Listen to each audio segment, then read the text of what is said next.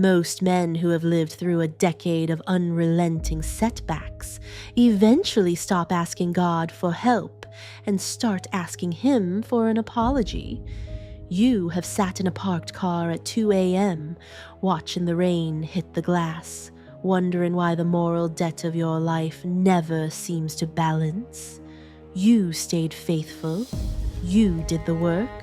Yet you are the one being dismantled, while men with no conscience sleep soundly in houses they didn't earn. This is the divine contradiction at the heart of spiritual warfare. The men God intends to use for His most critical assignments are not rewarded with peace. They are targeted with precision. Your isolation wasn't a lack of favor. It was a tactical removal of noise.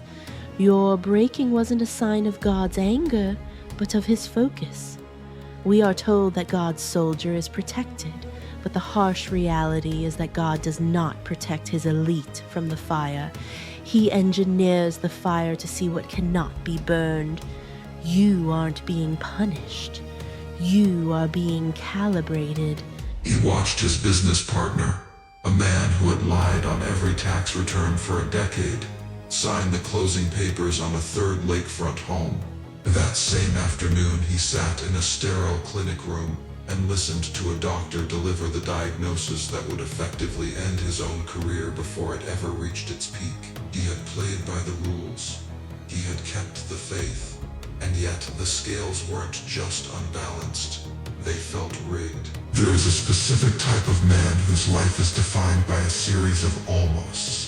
He is the man who is talented, disciplined, and genuinely faithful, yet he is met with a level of resistance that seems mathematically impossible. It is a friction that transcends bad luck. It feels targeted.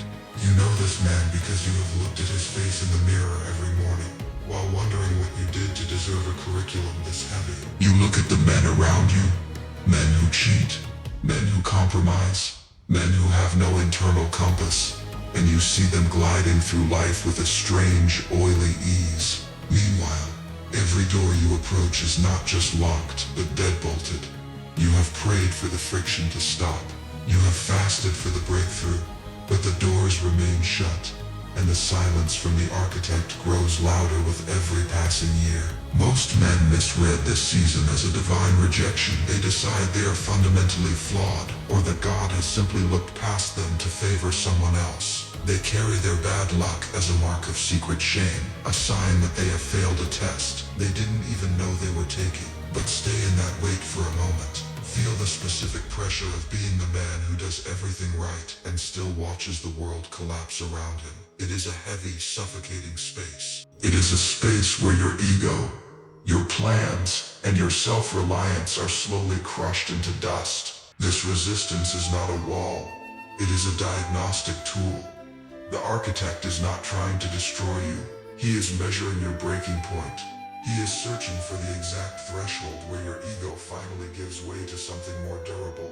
A man who has never been broken is a man who cannot be trusted with power because he still believes he is the source of his own strength. God is systematically stripping you of your safety nets because he is preparing you to carry a weight that would shatter a lesser man. The men God trusts most are rarely the ones who feel most trusted. Selection for a high-level assignment is never signaled by an open door. It is signaled by a closed one that stays closed no matter how hard you pray.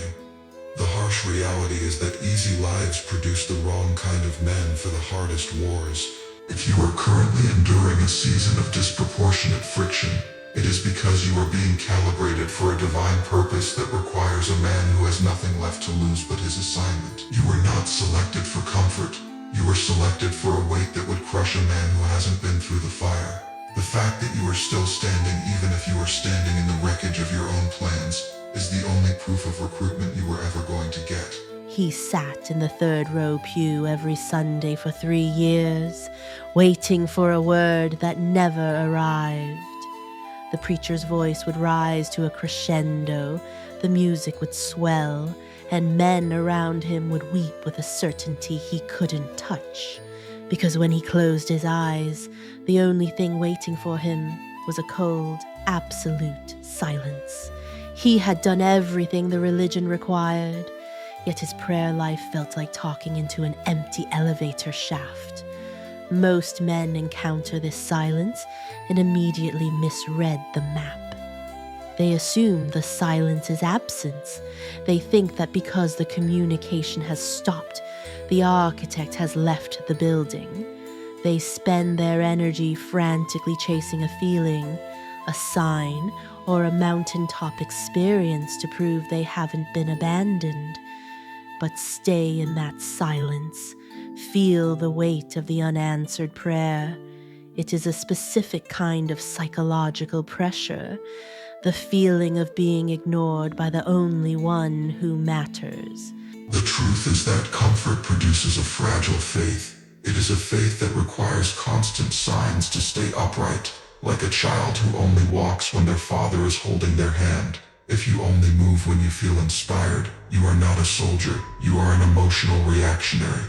This withdrawal of feeling is a precise mechanical necessity in your development. By removing the sensation of his presence, the architect is forcing you to develop a psychological muscle that operates without external validation.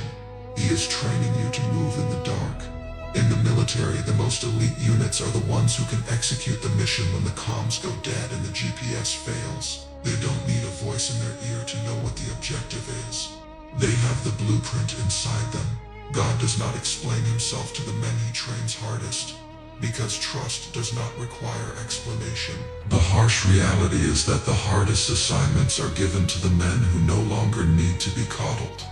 If you are currently walking through a dark night of the soul, it is not because you are being ignored. It is because you have graduated to a level where instructions are no longer spoken. They are understood. The training ground is designed to kill your need for an attaboy from the universe. It is stripping away your dependency on spiritual goosebumps and replacing it with a cold, steady endurance. Only a man who can survive years of divine silence without wavering can be trusted with a divine assignment that will require him to stand alone when the rest of the world falls apart. You don't need a sign, you are the sign. The fact that you are still here, still disciplined, and still moving forward despite the silence is the only proof you need that the training is working. The architect hasn't left the room. He's just waiting to see if you'll keep your post when you think he has.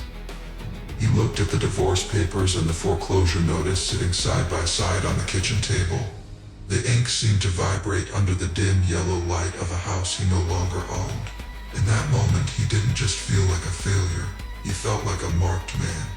He told himself, I have failed God, and now he is taking everything back. Most men spend the better part of their lives frantically protecting a version of themselves that is actually their greatest limitation.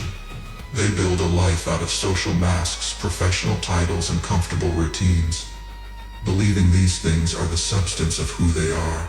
When those structures begin to crack, they don't see a renovation. They see a catastrophe. They call it a collapse, a ruin, a sign that the architect has abandoned the project entirely. But stay in that wreckage for a moment. Look at the empty spaces where your pride used to sit.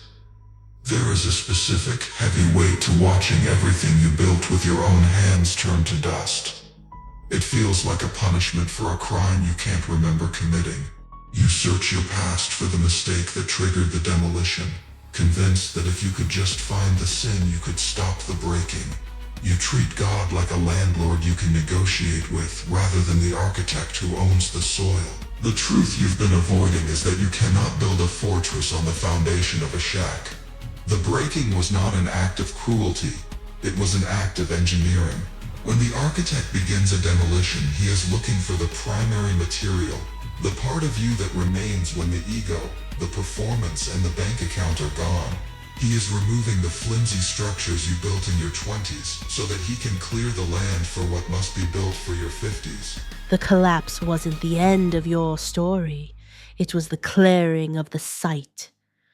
At some point, the prayer stops being a request and becomes a conversation with someone who has already decided and is waiting for you to stop negotiating. The harsh reality is that most men are too in love with their illusions to ever build anything of permanent value. They would rather live in a decorated shack than endure the violence of a foundation clearing. But you were not selected for a decorative life. You were selected for an assignment that requires a structure capable of sustaining immense pressure. And that meant the old version of you had to be leveled. Your failures were actually the architect reclaiming the land. You didn't lose your life. You lost your illusions. The rubble on the floor is just the debris of a man you were never meant to stay. Now that the ground is bare, the real construction can finally begin. He stood in a glass-walled conference room, surrounded by younger, successful men who were currently coming apart at the seams. A minor market shift had occurred, a crisis that on paper was manageable, yet their voices were thin, their hands were shaking, and their eyes were darting toward the exits. He watched them from the corner of the room and realized, with a quiet, jarring shock, that he was the only one there who wasn't afraid. The world is crowded with peacetime leaders. These are men who have built impressive lives on the back of favorable winds and easy terrain. They look like giants when the sun is out, but they crumble into a fine powder the moment the temperature drops. Most men look at these winners and feel a pang of inadequacy, wondering why their own path was so jagged while others had it so smooth. Let's stay in that observation. Notice the fragility of the man who has never been broken. You spent years interpreting your suffering as a disqualification. You thought the losses, the late-night panics, and the seasons of absolute ruin had sidelined you from the real work. You viewed the breaking as the end of your story, a sign that you were too damaged to be of any use to the architect. You spent your energy trying to hide your scars, thinking they were evidence of a failed life. The truth is exactly the opposite. The breaking wasn't the end of the story, it was the start of the career. A man who has lost everything and survived is the only man the enemy cannot leverage. You are dangerous now because you are unbreathable and unfrightenable. What could the world possibly take from you that you haven't already lost? What fear could it use to paralyze you that you haven't already looked in the eye and outlasted? You were broken so that you could become a pillar for those who are currently shattering. Your suffering was not random cruelty, it was the tuition for a degree in spiritual survival. You have been forged into a veteran of a war that most men don't even realize has begun. The isolation was not God removing people from your life. It was God removing distractions from your assignment. The harsh reality is that the hardest wars require soldiers who have already died to their own reputation. God does not send the untested into the breach. He sends the man who has been through the fire, because that man knows that the fire is not the end. He sends the man who no longer needs the approval of the room to hold the line. You are no longer a victim of your history. You are the specialized asset the architect has been recalibrating in the dark. While the peacetime leaders are panicking over a minor storm, you are standing steady because you've already survived the hurricane. You aren't in training anymore. You are on the battlefield, and you are the most capable man in the room, precisely because you were the most broken. So we return to the question that started everything. Why was your life so hard? It wasn't because you were being punished, and it certainly wasn't because you were forgotten.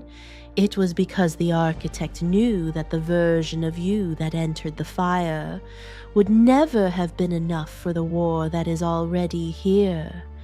You were broken because a broken man is the only material God can use to build something that cannot be shaken. You've spent years looking at your scars as evidence of defeat, never realizing they were actually your credentials. The silence you hated was just the sound of the architect watching his work. The isolation you feared was the quiet closing of the hangar doors before launch. You are not a casualty of a random life. You are a soldier of a precise, uncomfortable design. He broke you so he could use you differently. And now, the use begins. He never owed you an explanation because he was too busy giving you an edge.